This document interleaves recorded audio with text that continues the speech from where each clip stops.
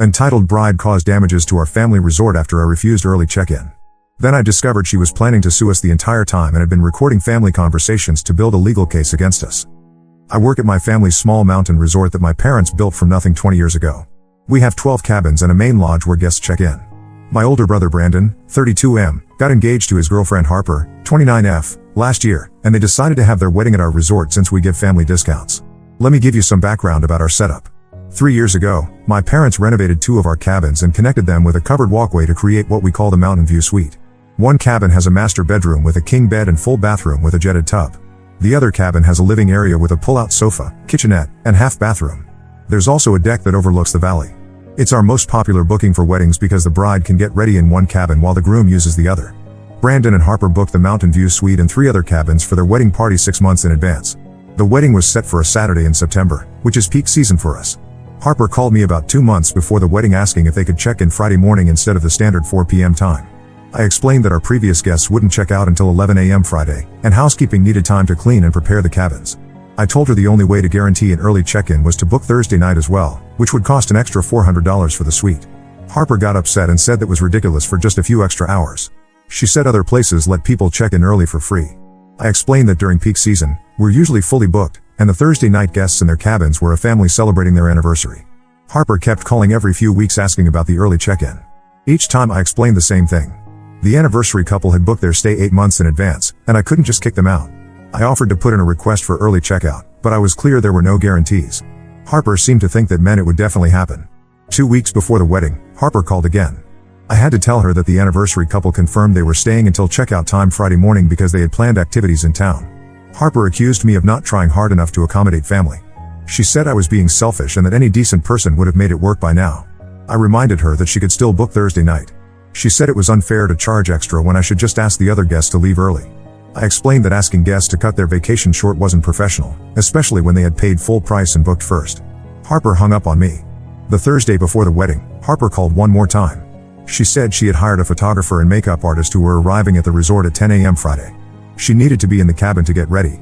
I explained again that check-in was at 4 p.m., and the previous guests would be there until 11 a.m.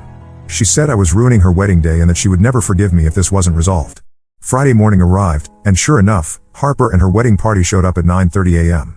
The anniversary couple was still in the Mountain View Suite, enjoying their last morning. Harper marched into the lodge and demanded the keys to her cabin. I explained that the previous guests were still there and wouldn't be checking out for another hour and a half. Harper started yelling that she had a wedding to prepare for and that I needed to fix this immediately. Her maid of honor, Jessica, 28F, came in and asked what the problem was. I explained the situation, and Jessica looked surprised. She said Harper had told everyone they could check in early and had scheduled a photographer based on that. Jessica asked if we could at least knock on the door and ask the anniversary couple to leave. I refused to do that. The anniversary couple had paid for their room through Friday morning, and I wasn't going to harass them on behalf of another guest who hadn't followed proper procedures. Harper started crying and said I was destroying her special day. She called my parents, who were at another property we owned 2 hours away. My dad called me back and asked what was happening. I explained everything, including all the previous conversations with Harper about early check-in. Dad sighed and said to do what I could but not to bother paying guests. Harper grabbed the phone from me and started yelling at my dad about how this was unacceptable customer service, even for family. Meanwhile, the anniversary couple came down to check out. They heard Harper yelling in the background and asked if everything was okay. I apologized for the commotion and thanked them for their stay. They mentioned they had heard someone pounding on their cabin door earlier and shouting about a wedding. Harper had apparently gone to their cabin and demanded they leave immediately. After the anniversary couple left, I told Harper the cleaning crew would need at least an hour to prepare the suite. She said that was unacceptable because her photographer was already setting up equipment in the main lodge. I offered to let the wedding party use the lodge's conference room to get ready while we cleaned their cabin. Harper said the conference room was too small and didn't have good lighting for photos. Brandon arrived around noon with his groomsmen. He asked why everyone looked stressed. When I explained what had happened, he got angry at Harper for not booking Thursday night like I had suggested. They had a loud argument in the lobby while guests from other cabins walked through. Harper accused Brandon of taking my side over hers. Brandon said he was embarrassed by her behavior and that she should have listened to me months ago. Harper's mother, Linda, 55F, arrived and immediately started yelling at me about the poor service. She said at her daughter's first wedding, the hotel had accommodated every request. I didn't know Harper had been married before, and apparently neither did Brandon based on his reaction. That led to another argument between Harper and Brandon, with Linda trying to defend Harper's previous marriage. The photographer and makeup artist arrived while everyone was still arguing. They set up in the conference room, but Harper refused to get ready there.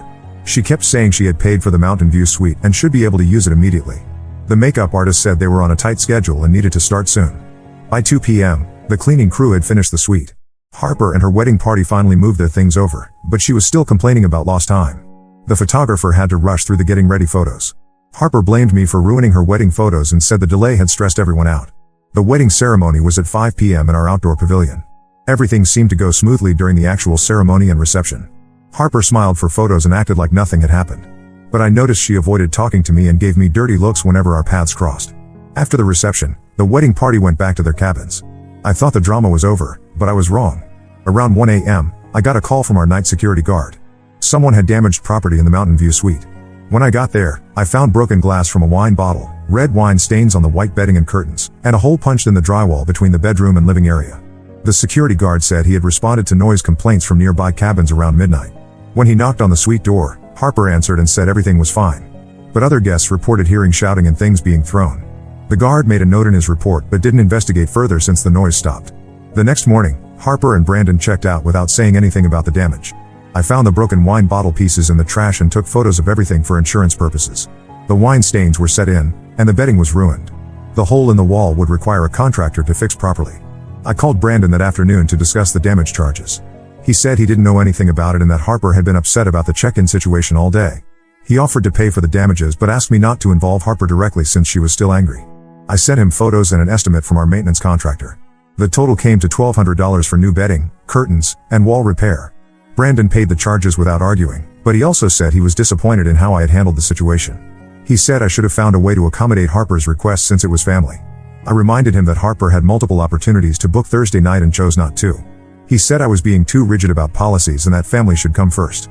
This whole situation has made me question whether I want to continue working at the family business. Harper has been posting on social media about her wedding, but she's made several comments about poor customer service and how some people don't care about making others happy. She hasn't mentioned our resort by name, but anyone who knows the family would understand what she's referring to.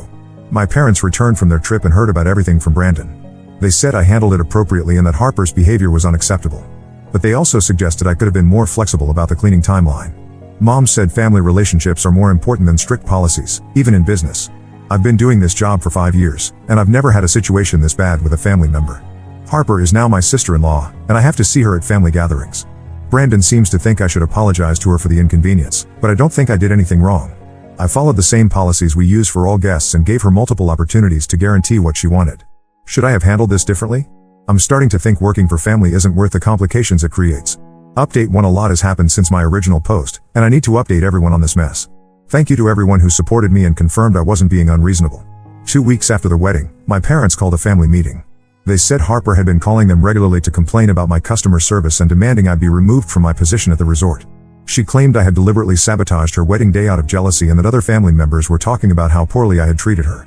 I was confused about the jealousy part since I've never shown any interest in Brandon or his relationships.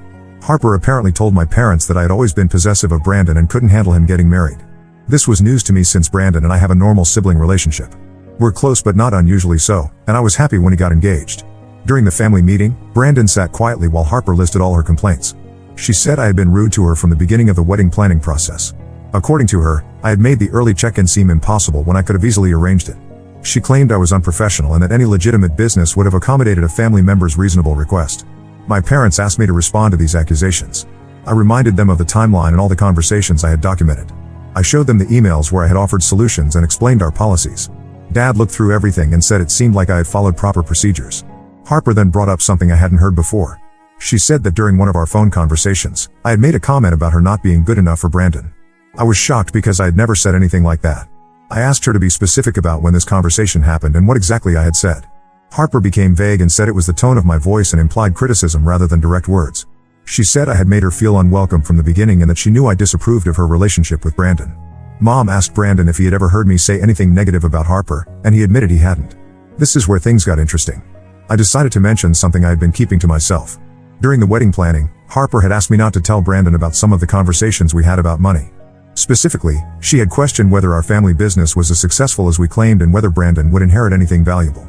Harper had also asked detailed questions about our property values and whether my parents had any debt on the resort. At the time, I thought she was just trying to understand the family business. But during one conversation, she had made a comment about hoping Brandon knew what he was getting into financially by marrying into our family. When I brought this up during the family meeting, Harper's face went red. She said I was twisting innocent questions into something malicious. Brandon looked surprised and asked why she had been asking about family finances. Harper said she was just trying to understand the business since she might be involved in it someday. Dad asked what she meant by being involved in the business. Harper explained that she and Brandon had discussed opening a second location of the resort, possibly somewhere warmer that could operate year-round. She said they had already started looking at properties in Arizona and had assumed the family would invest in their expansion. This was the first my parents or I had heard of any expansion plans. Brandon looked uncomfortable and said they had only talked about it as a distant possibility. Harper corrected him and said they had already contacted a real estate agent and had scheduled property tours for next month. Mom asked who was planning to finance this expansion. Harper said she assumed the family business would take out loans or use existing assets as collateral. She had calculated that our current property could support a loan of at least $2 million, and that would be enough to get started in Arizona. The room went quiet. Dad asked Brandon if he had agreed to any of this. Brandon said they had talked about maybe expanding someday, but he hadn't committed to anything specific. Harper said that during their engagement, Brandon had promised they would build something together and that she was counting on the Arizona resort to be their project. I realized that Harper's behavior during the wedding planning made more sense now. She hadn't just been demanding special treatment as a bride. She had been testing how much influence she would have over family business decisions. The early check-in issue had become a power struggle about whether she could override established policies. Dad said that any expansion would need to be discussed with the whole family and would depend on the financial performance of our current resort. He also said that Harper seemed to have misunderstood how our business worked. We didn't have millions in available assets, and our current property was already mortgaged. Harper became defensive and said Brandon had told her the business was very profitable. Brandon explained that he had said we did well for a small resort, but he had never claimed we were wealthy. Harper said she had done research on vacation property values in our area and calculated what our resort should be worth. It became clear that Harper had been making plans based on assumptions rather than facts. She had expected to become a partner in a more valuable business than what actually existed. The wedding drama hadn't just been about check-in times. It had been about establishing her position in what she thought was a lucrative family enterprise. Mom asked Harper directly if she had married Brandon because she thought he would inherit a valuable business. Harper got angry and said that was an insulting question. She said she loved Brandon but also expected to be treated as an equal partner in family decisions, including business matters. The meeting ended without any resolution. Harper said she was hurt that the family was questioning her motives instead of addressing my poor treatment of her. She left with Brandon, and I could hear them arguing in the parking lot. Later that evening, Brandon called me. He apologized for Harper's behavior during the meeting and said he hadn't realized she had such specific expectations about the business. He also said he was concerned about some of the financial questions she had been asking him since the wedding. Brandon revealed that Harper had suggested he ask Dad to make him a full partner in the resort immediately rather than waiting for inheritance. She had also proposed that they take out a personal loan using his future inheritance as collateral. Brandon had told her he wasn't comfortable making those kinds of demands, but Harper had kept pushing. I asked Brandon if he was happy in his marriage. He said he loved Harper but was starting to realize they had different expectations about their future. He had thought she was interested in building something together, but now it seemed like she was mainly interested in what already existed. The conversation made me sad for Brandon. He had seemed genuinely happy during the engagement, but now he looked stressed whenever Harper brought up business topics. I wondered if he was starting to see a different side of his new wife. I decided to stay out of their relationship issues and focus on my own situation. The family meeting had clarified that Harper's problems with me weren't really about customer service. She saw me as an obstacle to her plans for the family business. That made me even less interested in apologizing for following standard policies. Update 2: the situation with Harper and Brandon has gotten much worse, and I've learned some things that completely change how I see this whole mess. About a month after my last update, Brandon came to the resort looking exhausted. He asked if we could talk privately, so we went to the office behind the front desk. He said his marriage was falling apart and that he had discovered some things about Harper that he wished he had known before the wedding. Brandon explained that after our family meeting, he had started paying more attention to Harper's comments about money and the family business. She had been pressuring him to ask my parents for a formal partnership agreement and had become angry when he said he needed time to think about it. During one of their arguments, she had accused him of being weak and not standing up for their future together. The breaking point came when Brandon found out Harper had been meeting with a lawyer without telling him. She had asked the lawyer about her rights to Brandon's potential inheritance and whether there were ways to force a sale of family property if the owners were unwilling to expand the business. Brandon only discovered this because the lawyer's office called their house by mistake, looking for Harper, and Brandon answered the phone. When Brandon confronted Harper about the lawyer meetings, she initially denied them. Then she admitted to seeking legal advice but said it was just to understand their options. She claimed she was trying to protect their financial future and that Brandon was being naive about business opportunities. Brandon asked me if I remembered anything else unusual about Harper's behavior during the wedding planning. I told him about a conversation I hadn't mentioned before. Harper had asked me specific questions about our insurance policies and whether the resort property was held in a trust or directly owned by my parents. She had also wanted to know if Brandon was listed on any of the property deeds. At the time, I had thought she was just trying to understand the family structure. Now I realized she had been gathering information for some other purpose. I shared with Brandon that Harper had also asked about our guest booking system and whether we kept financial records going back several years. Brandon looked sick when I told him this. He said the lawyer Harper had consulted specialized in family business disputes and partition sales. A partition sale is when someone with a legal interest in property can force its sale even if other owners don't want to sell. Brandon was worried that Harper was planning some kind of legal action against our family. I asked Brandon what he wanted to do with this information. He said he needed to talk to Mom and Dad but was embarrassed about bringing more drama to the family. He felt responsible for Harper's behavior and guilty about the problems she had created. 2 days later, Dad called me and said Brandon had told them about Harper's lawyer meetings. Dad had contacted our family attorney to discuss what legal protections we might need. The attorney advised documenting any interactions with Harper and being careful about what family business information we shared. Dad also revealed something that surprised me. He said that after the wedding, he had done some research on Harper's background. He discovered that her previous marriage had ended in a messy divorce that involved disputes over a family restaurant business.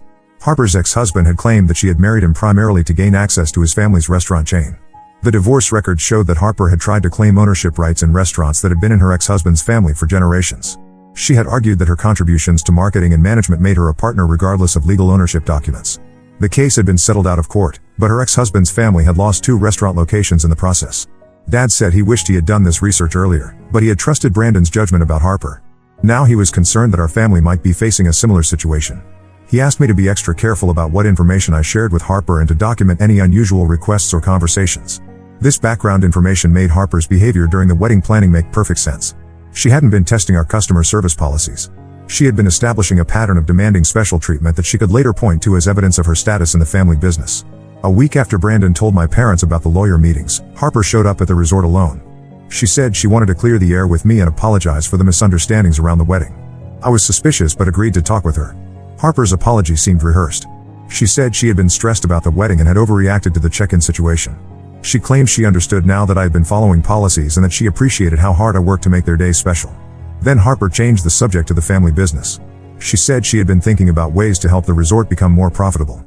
She had ideas for marketing improvements and thought we could expand our event hosting capabilities. She offered to help with social media management and guest relations. I thanked her for the ideas but said any business changes would need to be discussed with my parents. Harper said she understood but hoped I would put in a good word for her ideas. She mentioned that she had experience in hospitality from her previous marriage and could bring valuable skills to our operation. During this conversation, Harper asked several specific questions about our booking procedures and financial systems. She wanted to know how we tracked revenue, whether we used management software, and how we handled tax documentation. She said these questions were just to understand the business better so she could make helpful suggestions. I gave vague answers and said she would need to discuss operational details with my parents if she was serious about contributing to the business. Harper seemed frustrated by my responses but maintained her friendly tone. After Harper left, I called Brandon to let him know about her visit. He said Harper had told him she was going shopping, not that she was coming to the resort. Brandon was concerned that Harper was continuing to gather information despite their recent arguments about her lawyer meetings. Brandon also shared something else troubling. He had found paperwork in Harper's desk showing that she had been researching the property values of other resorts in our area. She had also printed information about small business loans and partnership agreements. Brandon didn't understand why she needed this information if she was just interested in helping with marketing. The next week, my parents received a certified letter from Harper's lawyer. The letter claimed that Harper had been promised a role in the family business as part of her marriage to Brandon. It stated that she had contributed ideas and effort to the resort's operations and should be compensated for her work. The letter also claimed that our family had discriminated against Harper and created a hostile environment that prevented her from participating fully in business activities. It referenced the wedding check-in situation as an example of this discrimination and suggested that our treatment of Harper had damaged her reputation and emotional well-being. Dad was furious when he read the letter. He called our family attorney immediately and scheduled a meeting to discuss our response. The attorney said the letter appeared to be an opening move in some kind of legal action, possibly aimed at forcing a settlement or gaining leverage in Brandon and Harper's marriage.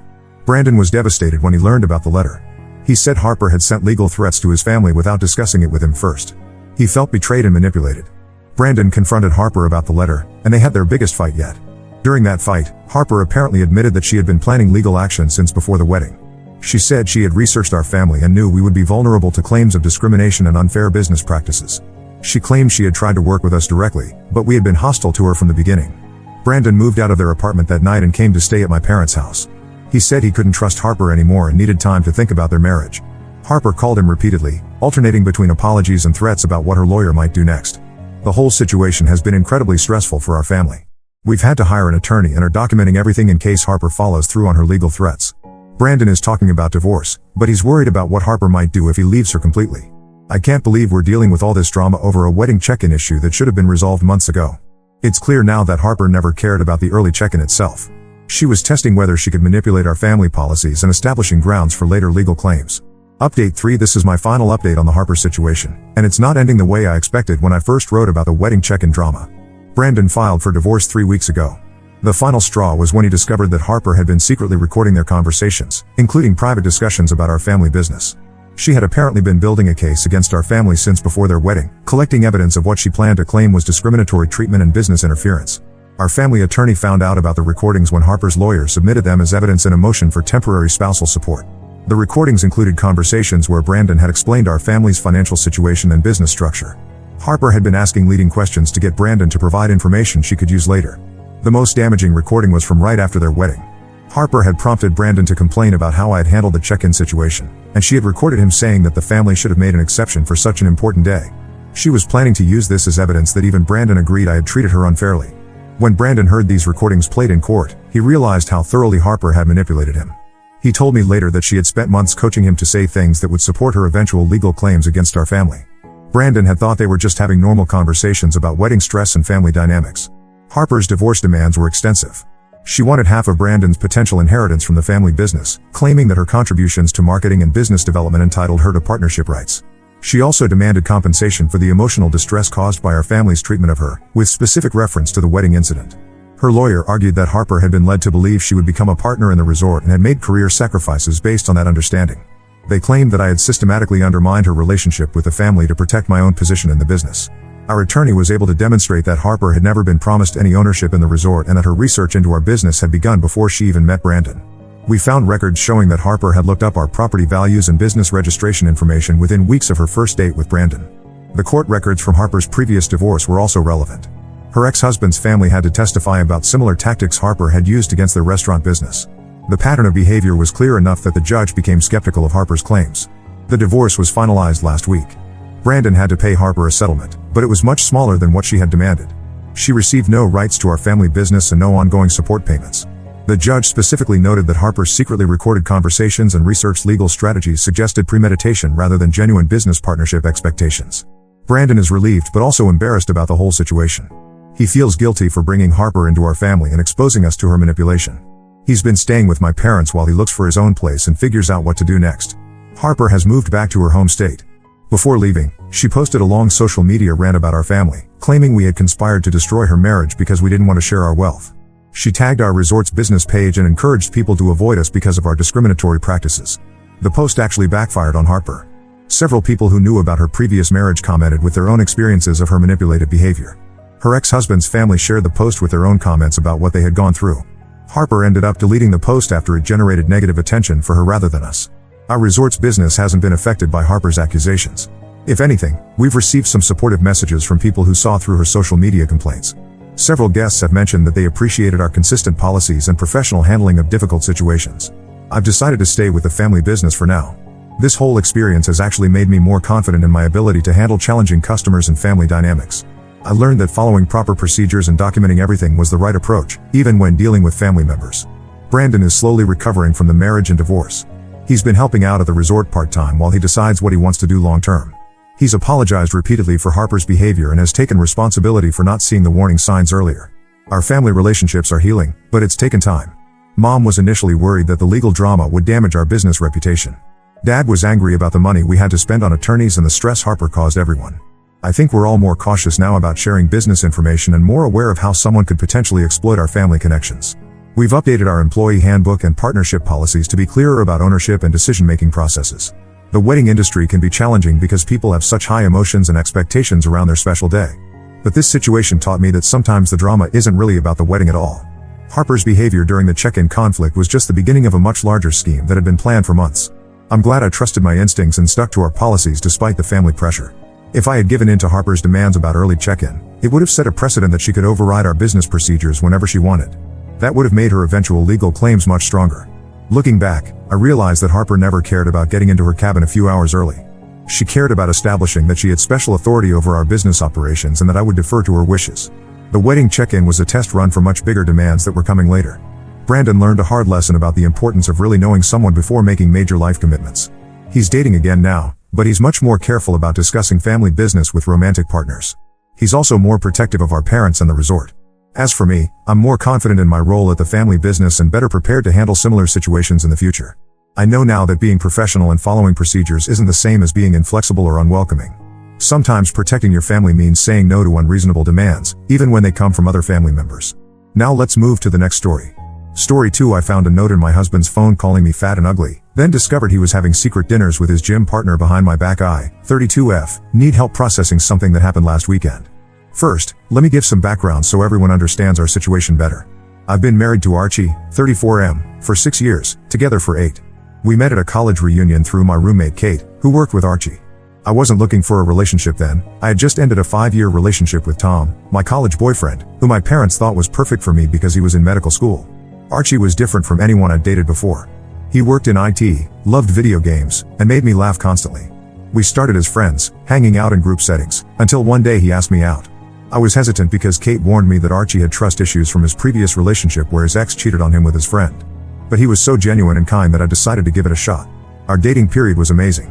We did everything together, hiking, gaming, trying new restaurants. He even learned to grade papers with me. I'm a high school teacher. My parents weren't thrilled because they still thought I should have stayed with Tom, but they came around when they saw how happy I was. Archie proposed after 2 years at the same arcade where we had our first date. I was always curvy but athletic before pregnancy. I played volleyball in college and kept up with recreational leagues until I got pregnant with Zoe.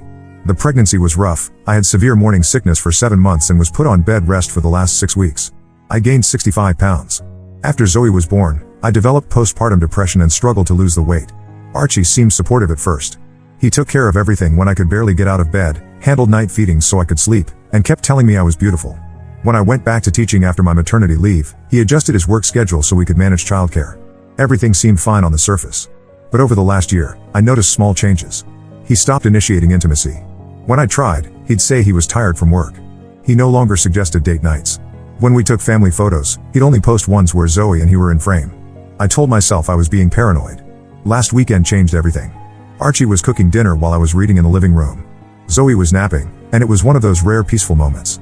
He asked me to check a recipe on his phone since his hands were messy from cooking. We've always had complete access to each other's phones. It was something we agreed on early in our relationship after his experience with his cheating ex. While looking for the recipe, I saw a notes widget with my name on it. I assumed it was a shopping list or maybe gift ideas since our anniversary is coming up. I wish I had never opened it. The note was dated 3 days ago. It started with things to process about Emily and went downhill from there. He wrote about how he barely recognizes me anymore, how my double chin makes my face look swollen, and how my stretchy pants and oversized shirts make me look like I've given up. He mentioned missing my old body and how he finds himself looking at my old Instagram photos to remember how attractive I used to be. The worst part was him writing that he feels trapped, that he loves me as Zoe's mother but isn't attracted to me anymore. He wrote that he feels guilty for these thoughts but can't help comparing me to other moms at Zoe's daycare who bounced back after pregnancy. I quietly put his phone back and went to check on Zoe, who was still sleeping. I sat in her room crying silently, looking at her perfect little face, and wondering if her father regrets choosing me to be her mother. Since then, I've been going through the motions. I get up, get Zoe ready, go to work, teach my students, come home, take care of Zoe, and go to bed. Archie keeps asking what's wrong, saying I seem distant. How do I tell him I know he finds me repulsive? My sister Amy thinks I should confront him. She says marriage is about honesty and that maybe this could lead to a productive conversation. My best friend Laura suggested couples counseling, but the thought of sitting in front of a stranger while my husband lists all the ways I've let myself go makes me want to throw up. I haven't told my parents because I know exactly what would happen. My mom would call Tom's mom, they're still friends, to mention that Tom is divorced now and has his own medical practice. My dad would give me that I told you so look he perfected when I chose teaching over law school. The thing is, Archie isn't cruel to me. He still says I love you every day, helps with Zoe, and does his share of housework. If I hadn't seen that note, I might have continued thinking we were just in a rough patch that would pass. But now I can't unsee his words. Every time he looks at me, I wonder if he's thinking about how fat I am. Every time he says he's not in the mood, I assume it's because I disgust him. I've started wearing even baggier clothes, if that's possible. I skip meals when he's around so he doesn't have to watch me eat. I take showers in the dark so I don't have to see myself. When Zoe wants to take selfies with mommy, her new favorite thing, I find excuses to avoid it. I know I should probably talk to him, but I'm scared of what else he might say. What if the note was just the tip of the iceberg? What if he admits he's been thinking about leaving? Zoe adores her dad, and I can't imagine putting her through a divorce just because her mom got fat. I'm looking for advice that doesn't involve immediately ending my marriage. Zoe needs both her parents, and despite everything, I still love Archie. I just don't know how to move forward knowing what he really thinks of me. Edit, I'm overwhelmed by all the responses. Thank you for your support. To clarify, Archie has never verbally criticized my appearance and still tells me he loves me. That's what makes this so confusing. Edit 2, please stop sending me weight loss tips and diet plans. This isn't about my weight, it's about trust and respect in my marriage. Update 1 first, I want to thank everyone who commented on my original post. Your support gave me the courage to finally confront Archie about what I found. But things haven't gone the way I hoped, and everything is so much worse now. After reading all your comments, I decided to talk to Archie last Saturday when Zoe was at my sister's for her weekly playdate with her cousins. I had it all planned out. I'd calmly tell him what I found and we'd have an honest discussion about our marriage. I started by asking him if he was happy with our marriage. He said yes, though he wished we spent more time together like we used to. When I mentioned intimacy, he got quiet. That's when I told him about finding the note on his phone. His reaction shocked me. Instead of apologizing, he got angry. He stood up and started pacing, asking why I was snooping through his private thoughts. I reminded him that we've always shared phones and that I wasn't snooping. The note was right there on his widget. He said that doesn't give me the right to read his personal notes, that they're like a diary. When I stayed calm and asked if we could discuss the content of the note rather than how I found it, things got worse. He admitted that yes, he finds my current appearance unattractive. He said he still loves me but wishes I'd try harder to look like I used to. He mentioned how other moms at Zoe's daycare managed to stay fit despite having kids. I was trying to hold it together, but then he said something that broke me. He said he's been patient about my weight for 2 years, hoping I'd snap out of it and care about my appearance again. As if I've been deliberately choosing to look this way despite him. Through tears, I told him about my struggles with postpartum depression, how I still sometimes look at Zoe and feel guilty for not being a good enough mother, how his withdrawal of affection made everything worse. He seemed uncomfortable and said he didn't know how to handle my emotional outbursts. That's when his phone buzzed. A message preview popped up from his mother Sandra. Found another great deal on that weight loss program we discussed. Don't forget to mention it to Emily gently. My heart stopped. I asked him what that was about, and he tried to dismiss it. But after I pressed him, he admitted that he's been talking to his mother about my weight for months. Sandra, who has always made little digs about my appearance, has apparently been sending him links to weight loss programs, plastic surgeons, and even those sketchy supplement programs. I felt like I couldn't breathe. Not only has my husband been secretly disgusted by me, but he's been discussing my body with his mother? I grabbed his phone, he didn't stop me this time, and scrolled through their messages. There were dozens of conversations about me, with Sandra saying things like no wonder you're not intimate anymore and you shouldn't have to settle for this. When I confronted Sandra directly by calling her, she had the audacity to say she's just concerned about my health and her son's happiness. She said watching me let myself go has been hard for her because she wants her son to have an attractive wife. Archie stood there while his mother said these things and only offered a weak mom, maybe tone it down. I packed a bag and moved into our guest bedroom that night. Archie says I'm overreacting.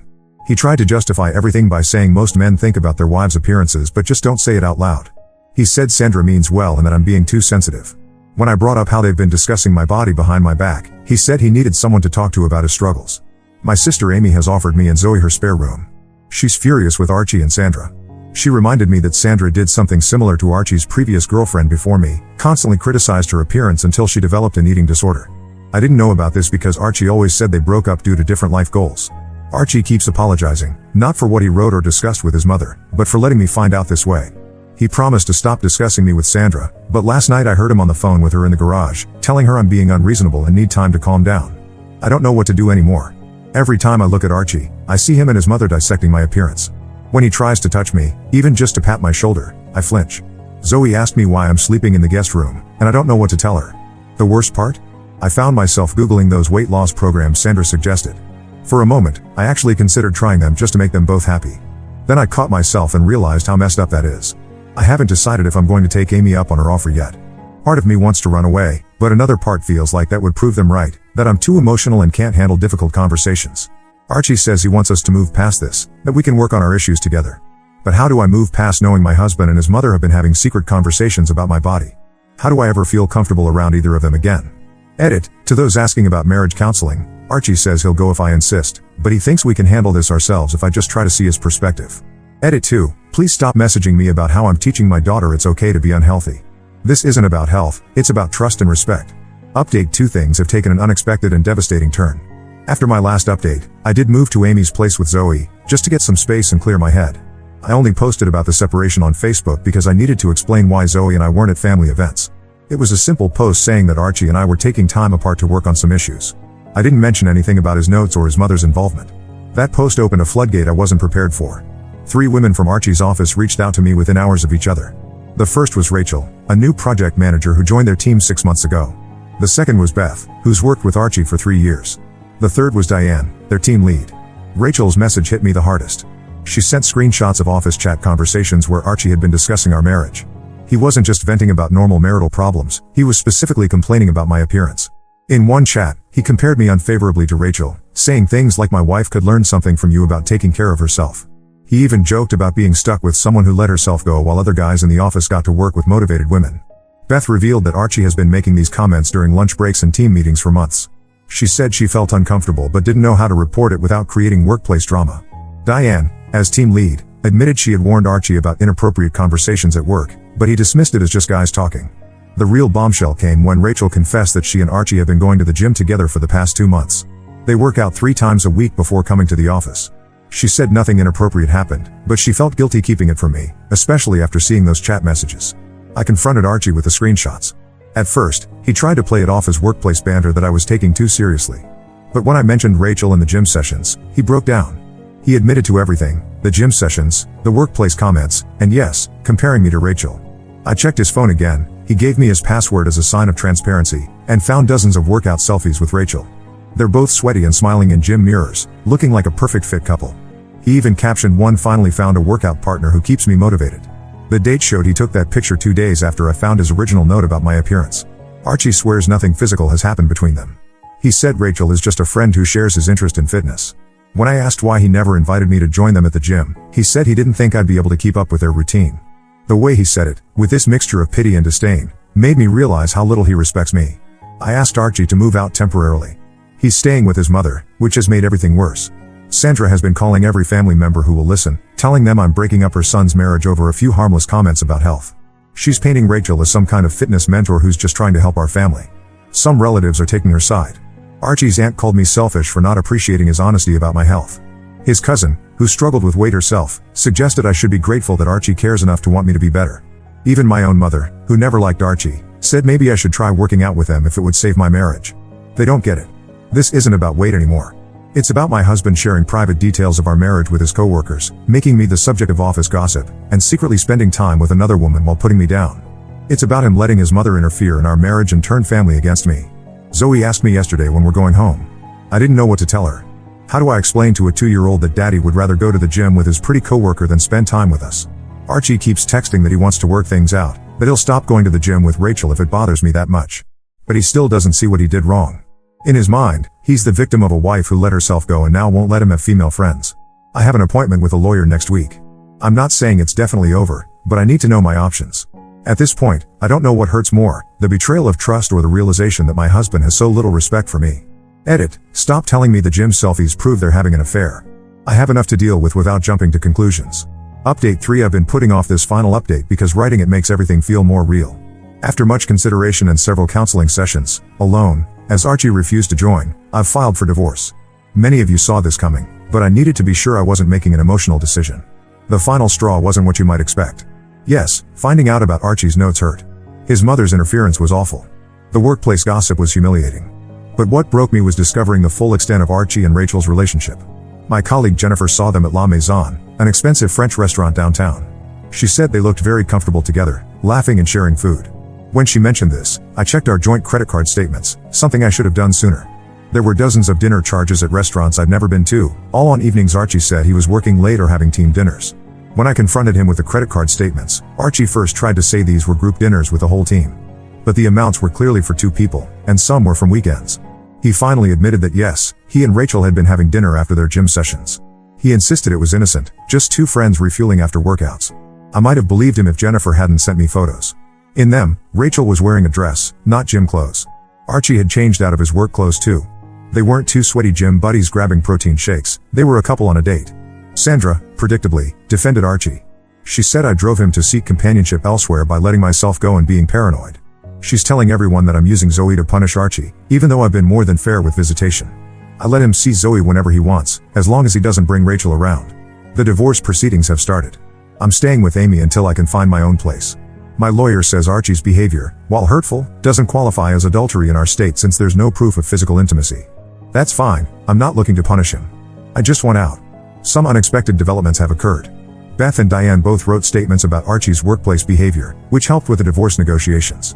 Several of Archie's relatives have apologized after seeing how he's handled everything, especially after learning about the secret dinners.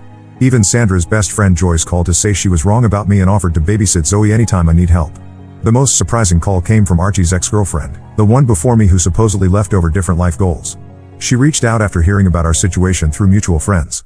Turns out Sandra had done the same thing to her, constant criticism about her appearance, sending diet plans, encouraging Archie to find someone better. History really does repeat itself. I've started swimming at the local Y while Zoe plays in their childcare center.